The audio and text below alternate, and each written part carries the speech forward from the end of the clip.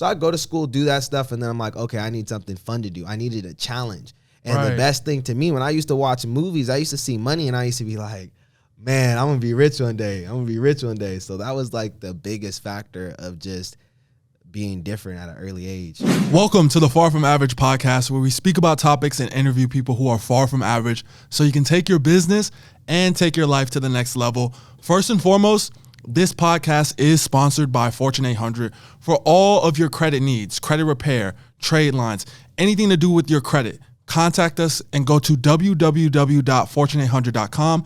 And if you want a proven blueprint to improve your credit score on your own, go to www.diycreditebook.com to get access to 70% off for all of the podcast listeners. All the podcast listeners get 70% off the DIY credit ebook. And like I said, or I haven't said quite yet, but we have an extremely special guest, and this kind of ties in to the credit thing. So I'm extremely excited to have this guest on. We had him on as our first guest, and the interview, it was a little bit rough. It was our first interview, so we wanted to have him back on so we can get it done right. So without further ado, let me introduce the TURO Goat. Yo, how you doing? Man, it's so good to have you back on, because our first interview, you dropped so much game, so much knowledge. I just think that the audio was tough. The video setup was tough.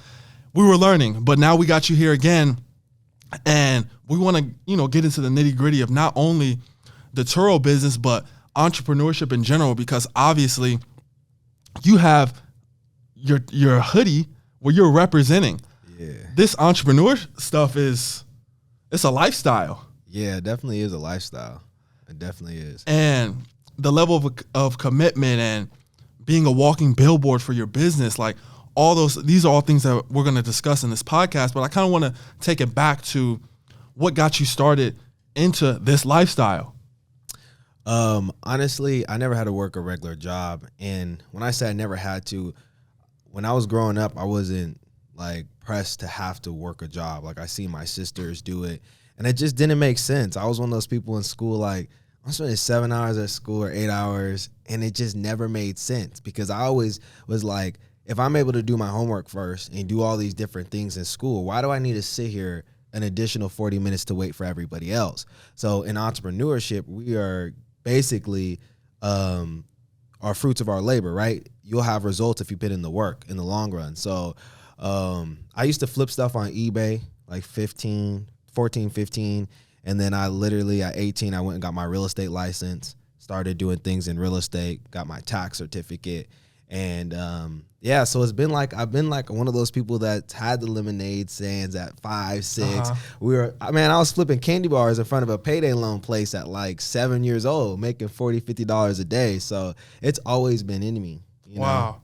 And why do you think that is? Because I've heard that some entrepreneurs are like, I just got started a year ago and I decided I just wanted to do it. I wasn't always an entrepreneur. But then you hear people that are like, I've been doing it and this has been a part of me since I was a child. Why do you think that is? Because, honestly, I personally grew up without, my dad wasn't in the household, right? Mm-hmm. And, you have that, I was already rebelling against certain things. And then when it came to like my mom, she was already making probably like $100,000 a year, but that's like $250 now, Right. And I just seen them do all these different things, and it just is like, it just seems so stupid to me. Like, why would I have to go spend my whole day to make a certain amount of money? So I think it was really the fact that I'm like, okay, everybody's doing this, but I'm gonna do this, right? So if everybody's going to school, I'm just gonna go sell candy and make $50 a day and make money. So it's literally going against the system, because I'm like, when I grew up, I was doing the work. I was really good at math. I understood money, right? But it was just one of those things where I'm like, I don't really like doing the normal stuff. And I was decently smart as a kid, so I was like, I don't want to do that, because I finished everything. So I go to school, do that stuff, and then I'm like, okay, I need something fun to do. I needed a challenge. And the best thing to me, when I used to watch movies, I used to see money, and I used to be like, man, I'm gonna be rich one day. So that was like the biggest factor of just being different at an early age. Right. And was it someone that planted the seed of entrepreneurship, or was it the movies? Was it seeing other people living the lifestyle? What was it? So I had like two lessons in life. I had lessons from the streets and like lessons from the books. So in the streets, technically you are your own business. You're a hustler, right? Yeah. But that's the same, I won't say the energy, but the same, like the day to day as far as, okay, I need to go make money. As an entrepreneur, it's the same thing, the hustle, right? But my grandpa got out of prison and he came and was like, we're going to go sell candy. And I was like, what? We bonded. I look back at it now. We bonded by him showing me things. It was like wax on, wax off. We're going to go sell candy. But I remember one day specifically when we went there and I look at this 10-pack of like Reese's for $1. And I'm just like, he's like, we're going to sell these for 50 cents a piece. And I'm looking at him like, we just bought this for $1. We're going to sell each candy for 50 cents. So I'm going to make $5. And that right there, I can remember I can remember that moment of like, this is crazy. And then we just did it. Like I started doing things with like $1. Think about that. I started making money off of just a little bit. You know how they say it takes money to make money? Right. It took $1 to make $5. Now you have more money. Yeah, I just got a random box I found, cut it, boom, and I sold candy. So after I seen that, I realized what it did open is my mindset of like, you don't have to go to the job. You can literally go sell candy. You can literally go sell waters. You can do so many different things. So yeah, and I think that's important. And when we speak about entrepreneurship, it's not like, oh, this is the end all be all, but showing people that there's a different option. Like me growing up, I was playing sports. I was heavily involved in sports. I played basketball, volleyball, and ran track. But I was always looking for a different angle. I noticed that everyone with my complexion, that was like the main thing that they were focused on, either being a rapper or an athlete. And I was looking for a different option. So it's good that someone was around you to show you like, hey, even if it's only $5 that you made, you just turn $1 into $5. Now, fast forward, you get your real estate license and you get your tax certification. How difficult was it to get the tax certification? Bro, the real estate license was a cakewalk. I did that in like 2 weeks. They switched the requirements now, but I was one of the people that did it in 2 weeks. The tax thing, that was like, mind you, like in high school, I barely, like I got everything done in a year because I was so behind in credits. So with the tax thing, I learned how to study and learned how to do tests. I learned how to pass tests in high school. So it got easier doing a real estate license. But the taxes, man, that was a month. Let me put it in perspective. There was 35 of us when we started the class. Only 3 people finished. 3. And the crazy thing is the biggest curve of the drop-off rate actually was literally the day before. There was like 15 of us. The next day, nobody showed up to do the test. There's like 3 of us left. Why? I don't think they were ready. Because we did this in a month, right? So we were in class for about 5 hours a day. And then after, I went straight and studied. Because I knew that there's a certain amount of information that you do not retain and you lose it. So you have to continue learning it and continue like at least going home and explaining to people and doing different things like that to even pass the test. Right. But what it really helped me understand is a lot of us will go all the way, do the 85, the 90%, and then when it's time to just do the test, when it's time to just finish what you need to finish, most people drop off. And that was the craziest thing to me because I'm like, I'm not a quitter. So I went, I said, if I fail the test, I fail the test. But it was difficult, man. I'll say that was probably the hardest amount of information to retain because it's just so much. Like when you learn taxes, it's not like, oh, I'm learning basic taxes. They're teaching you basic all the way in depth. Like laws. Yeah. The laws. The laws. It's one of those things where you got to get used to reading laws and legalities, but it's really important because to the base of all the businesses, you have laws and legalities. Right. Absolutely. Now, how did that business work for you doing the taxes? So I like doing taxes. It was pretty cool. I was doing it for other people. But the reason why I even did it was I did it because as a real estate agent, most people don't know anything about taxes. Right. Some learn about doing credit, which is really smart.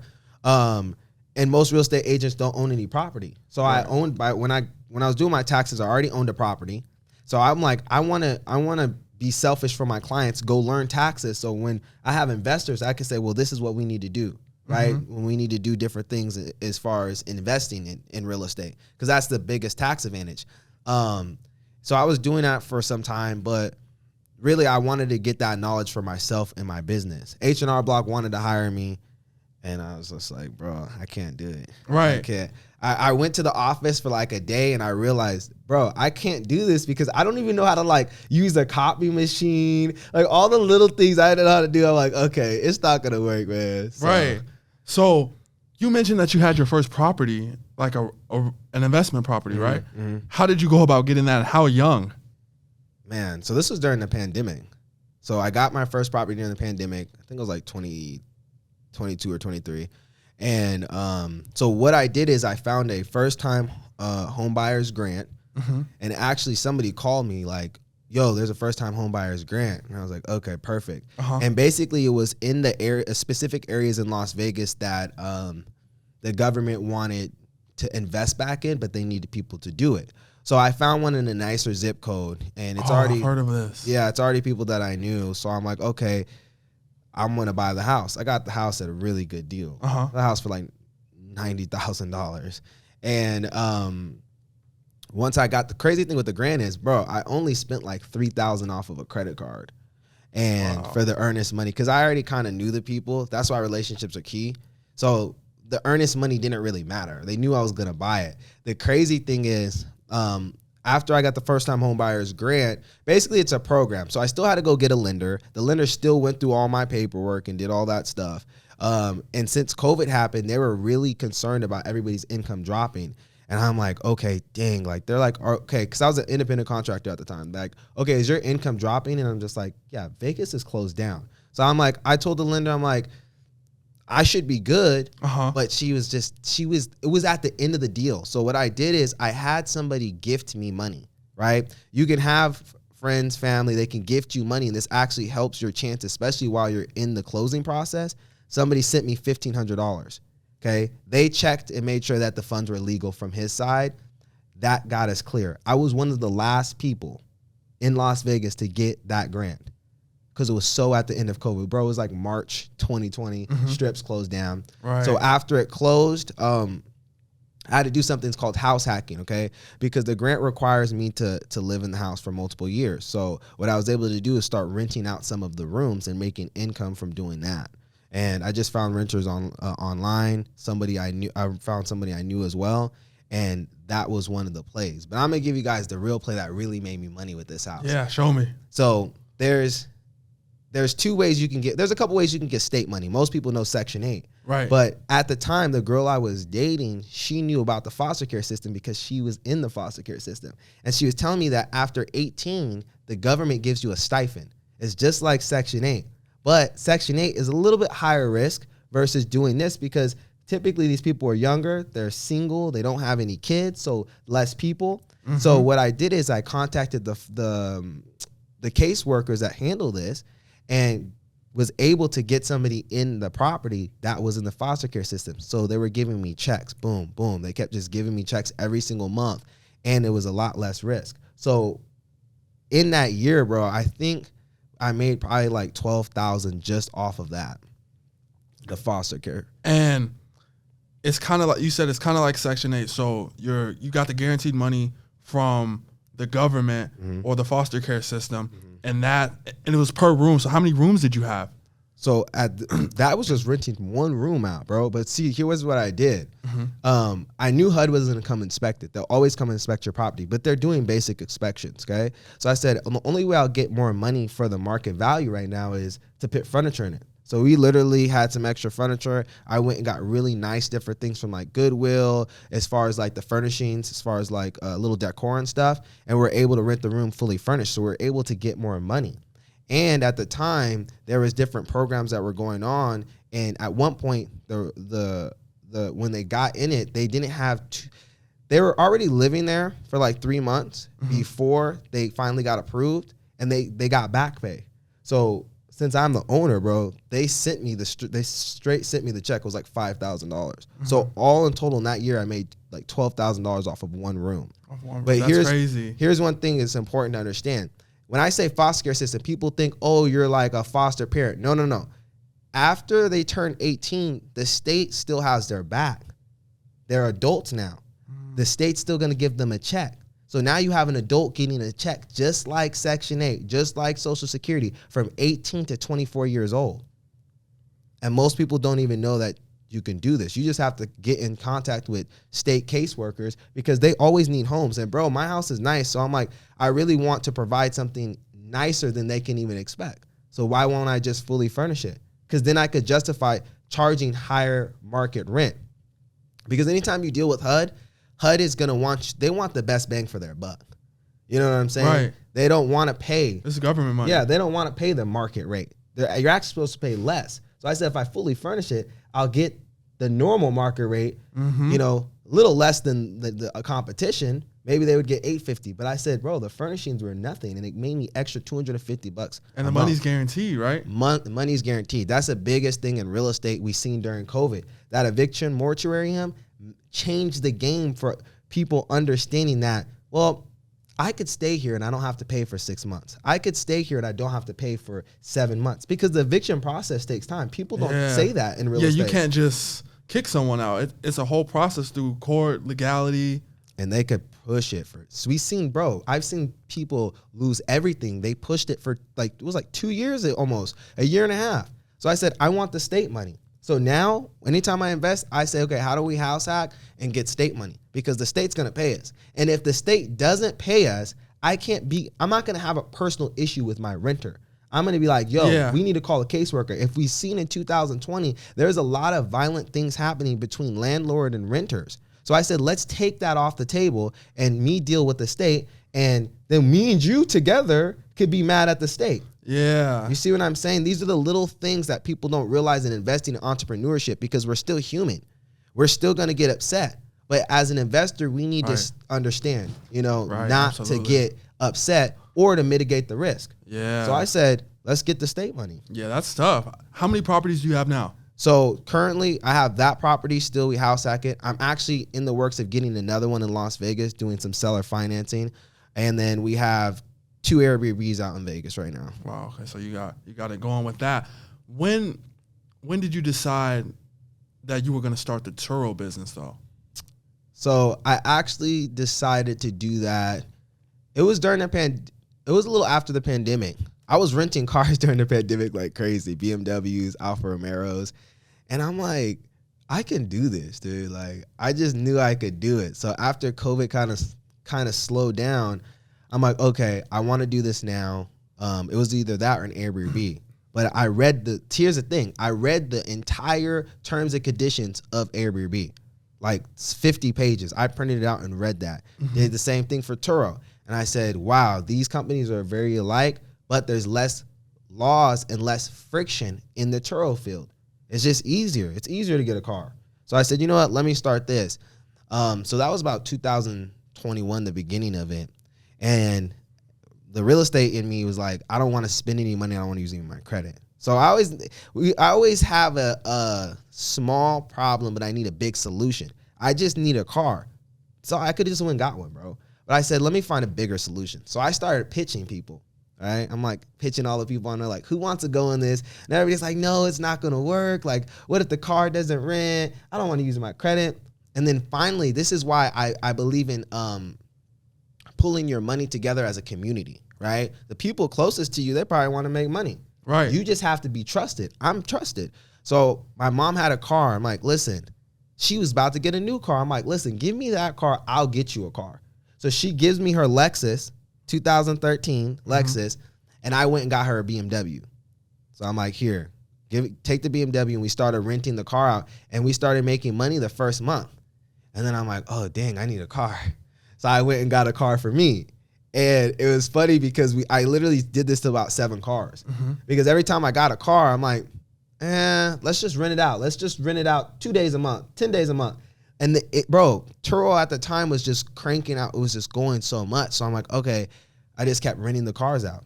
So finally, when I got to 7 cars, like, okay, I'm not going to buy any more cars or get any more cars into my business. And that's when the game changed because I still needed cars. Again, I was still out. Like having 7 cars, is people's like, that's a lot of cars. Right. To manage to even just have around. Yeah, that was a lot. And it was crazy because at the time, I didn't realize how big it was. And I started telling people, I was at conferences with millionaires, and they're like, yeah, this guy has 7 cars. I'm like, bro, I own real estate. I'm like, all these accolades, and they're like, he has 7 cars. And that's when I changed my mindset on this whole game. That's when I said, TURO's bigger than what I ever thought it could be. Mm-hmm. I almost feel like I was picked to do this, right? Out of all the investments I was doing, it was the one that was getting the most attention. And as any business in entrepreneurship, you need to be able to drive attention to your business. Right. Attention will make more money. That's just how it goes. Right. So as soon as I realized that, I changed my social media, and that's when I became the TURO Goat. I had 7 cars. 7 cars. I had 7 cars. So what was the process, and what was the split? Like, how many cars were yours? How many cars were the people you pitched? At the time with the 7? Yeah, with 7.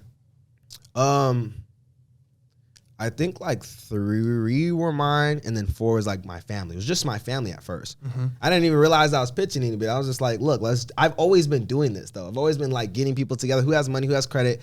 And so I only owned a couple at the time.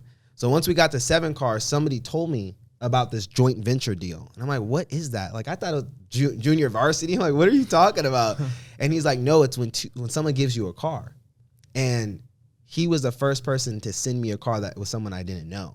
Like, I just met this guy. Mm-hmm. Then like a couple months later, he's like, yo, no one wants to take my little Chevy Sparks.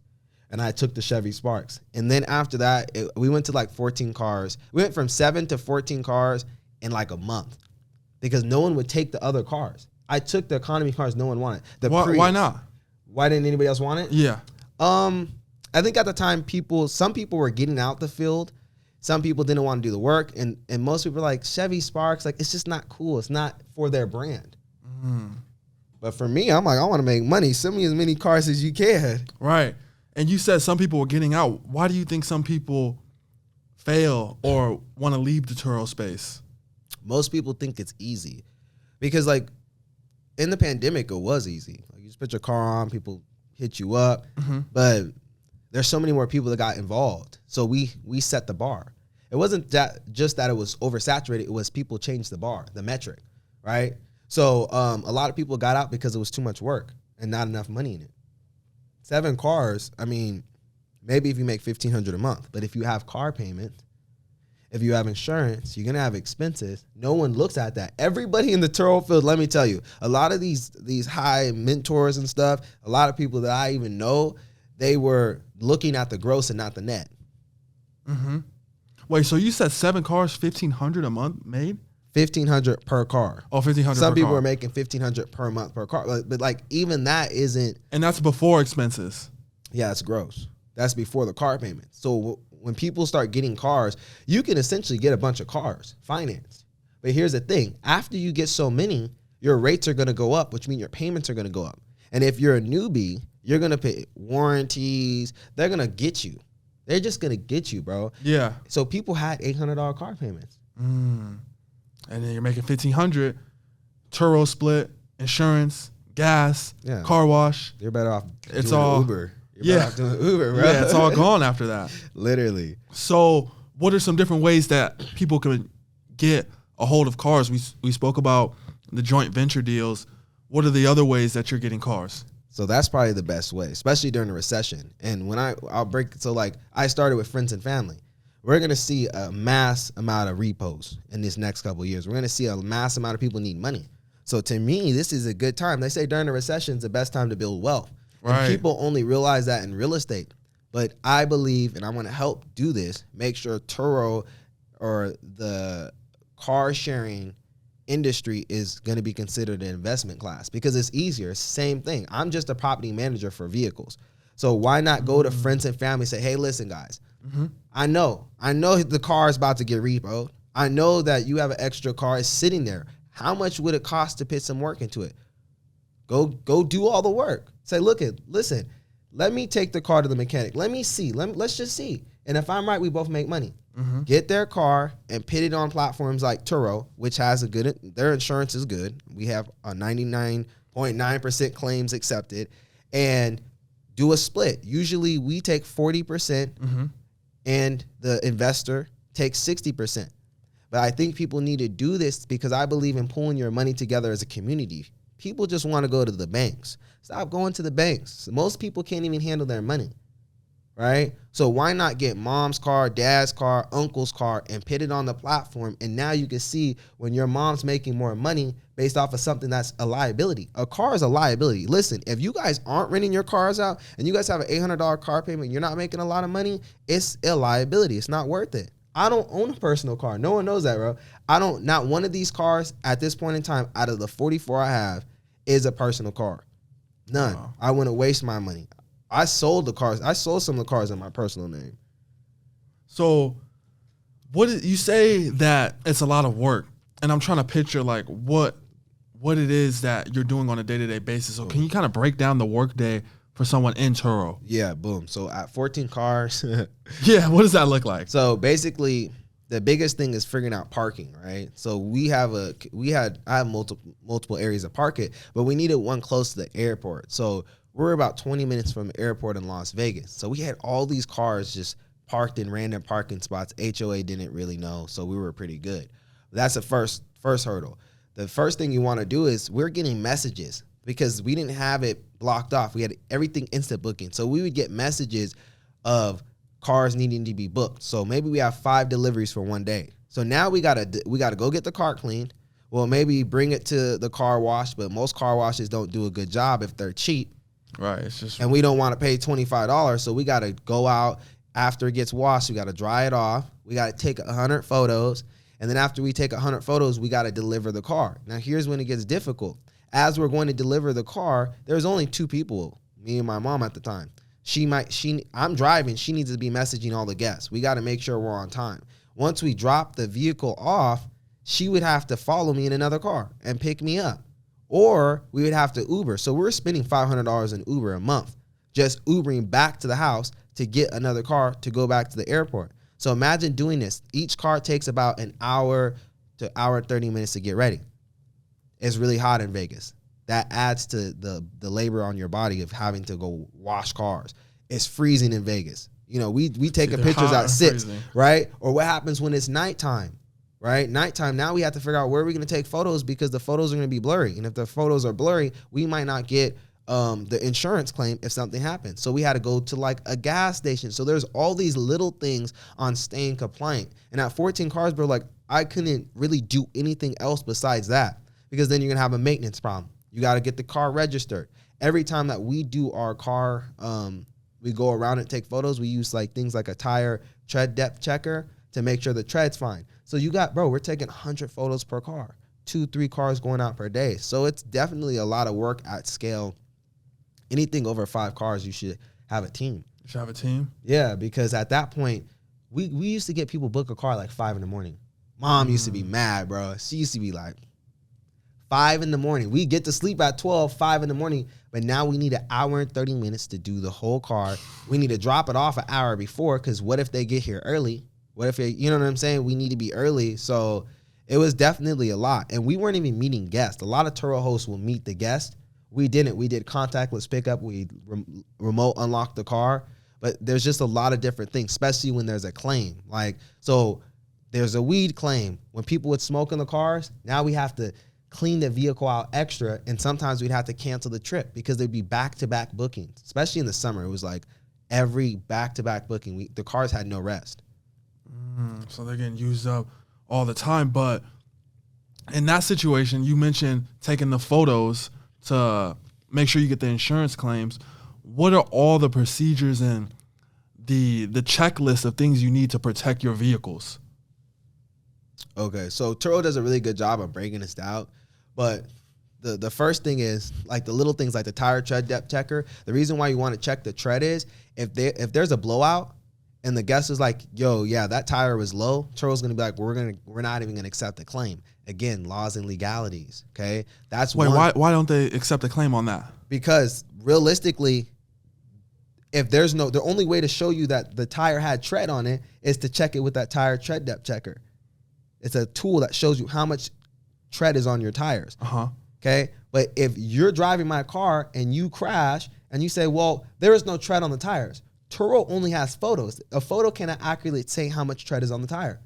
So you need that. You need that tread depth tech or checker, Tire and you tread take depth a checker. you do it, and then you take a photo of that. Yeah. Okay. So we do it as we're pitting it. It basically goes down in the tire a little bit, and it'll show you if it's in the green, red, or yellow area. Take a photo of that and upload it on the website. And you should do this even when people are just renting their cars out off of Turo. Very important, because that right there, the easiest way to get into a crash is from the tires. That's the only contact of the ground is the tires. And most of the time in summer, you're getting blowouts, right? So as long as we check it, then we can say, well, it wasn't our fault. The guest hit something or something happened on the guest end because our tires are in compliance. That's the number one thing. Other than that, we take 100 photos, bro. People will break crazy stuff. People broke my visor mirror, and most people don't even have photos of that. People broke my key. Dang. You got to get 100 photos. You got to get around the car. If you can get a little bit under the car, depending on what car it is, do that inside the car. People, bro, burn holes in the seats. Somebody switched my tire once. Switched your tire? Yeah. What did you do about that? So they had a blowout. This was very early on. We had a picture of it. My mom's like, yo, that tire looks different. And I'm like, nah, we looked different brand. So they changed my $300 tire to some like tire you get at the little tire shop for like $30. Yeah, like Walmart tires. Yeah, bro, like $30 tire, used tread. And we did it. We looked and he said the tire tread depth is off. The brand is off. We charged them like, they got charged $300. But see, I already had a tire certificate at Discount Tire, so we only spent $20. So we pocketed $280. So how do you build that relationship with like a Discount Tire so you can get the equipment, and where do I find the equipment that I need to protect the vehicle? Okay, so the tire tread depth checker, you guys can get that online. Amazon, I would just get on Amazon. There's even a digital one. You guys could get a digital one, make it easy. Now, Discount Tire, reason why I like them, I use them specifically, is they have tire certificates that protect you if the tire pops suddenly, if there's damage to the tire. So I like that. And you can get that at any Discount Tire or American Tires, okay? And the cool thing is, it's not just on their tires. You can also get it when you bring a brand new car to them and it has brand new tires, they will protect them. So Discount Tire is basically selling their little certificate / insurance. Yeah, it's almost like insurance. Exactly. So we always get that on all the cars. That's the most important, because the biggest thing that you're gonna have to replace is a tire. Yeah, and it could because be it's always on the road. $300, $600, depending on what car you got. Yeah. The tire certificates, $20 to $50, and they last. The only time they don't protect it is if the tire just like you wore it all the way down and it happened. It's just skin and bone. If it happened over like 3 years and the tire just went away, like, you know what I mean? But you want to get a good tire place, because you can also see what manufacturer, basically, if the tire pops before the allotted amount of miles. So say if they say it will last 80,000 and the tire wears down at like 40, you can basically have a credit for a new tire. But this is why it's important. I learned all this from my tire guy. And the way you guys build these relationships is, don't always go in and get discounts. A lot of people mess up. They'll be like, oh yeah, you're my boy, give me a discount, or you're my tire guy, give me a discount. Pay full price. Sometimes we'll pay full price, and then he'll start giving me discounts. I built the relationship, asked him how he's doing. I've been with them for a long time before I was even with Turo. I always sent him new clients. Send him people. Don't be selfish, bro. Send your plug to people. Bring them a little gift. You know what I'm saying? Right, you got to do that. And then over time, you'll get the real information. I don't want the information you tell everybody else. I want the real information. So you got to build that relationship. Right. Let them know that they're important. Sometimes just like, bro, I'm going to send somebody to you. You don't even have to give them a discount. I just sent them your way. I don't need anything. And doing that is going to help with tire shops, wrap shops, body shops. Yeah. You need all of these different things. Before people even get into the space, they should be building that up. They should be saying, listen, even if you have one car, listen, I'm going to have 10 cars. That's my goal. I want you to be my only body shop. I'll bring my cars. I'll refer people to you. Start building that. Start letting them know you're a business. Relationship equity. Yeah. Absolutely. Now, do you only focus on the economy cars, or do you get into any of like the high end or any of the exotic cars, anything like that? Yeah, so we built up. Now we're at 44 cars across 3 different cities: Atlanta, Vegas, and San Diego. And we did the economy car thing. And we started getting higher end cars. Like, I'd say the first one was like a Model 3 Tesla. And someone would be like, okay, that's not that high end. But my guy put in like $20K. Beautiful car, wrapped all green. performance package. Yeah, that one's amazing. I love that one. That looks nice. Yeah, so that was one of my first ones. And then I'm like, okay, boom. Recently, actually about 2 weeks ago, I went to Atlanta and we received about $500,000 worth of cars. We got a BMW i8 Roadster. We got a Maybach S650. And we got an AMG GLE 43. $500,000 worth of cars. So I was super excited. Tough. Yeah, super excited to get into the exotic space because it's different for the brand. So my whole brand is kind of changing now. We're going after the exotics because we built the foundation with economy cars. Yeah, the foundation is very important. And I've seen that over time. Like you've been promoting the economy cars. But I'm slowly seeing you like get into like some nicer cars. I'm like, okay, he's obviously working his way up. So do you think people should start off with the economies and work their way up? Or because a lot of people, they're like, oh, I just want to get in because they want to drive a Lambo for free, or they want to drive whatever car it is they want to drive for free. Should they focus on the economies? And then once they have enough, because after our first interview, my thought process, because obviously I want to drive nice cars too, I'm thinking, let me do like 4 economies and then see if that pays for like a higher end car, and then also have the higher end car on there, and it doesn't have to necessarily make money if my other ones are making money. Is that, what do you think about that angle? So I'm going to give you 2 scenarios because this is the thing. Turo isn't like a one-stop shop. Like it's not one strategy. But I'll tell you 2 ways. I'll tell you the way I did it. I started with economy cars, and I didn't spend much money for the cars because I was getting so many investors. But if you do it that way, you have to build up a bunch of cars before it makes sense to get the high-end car.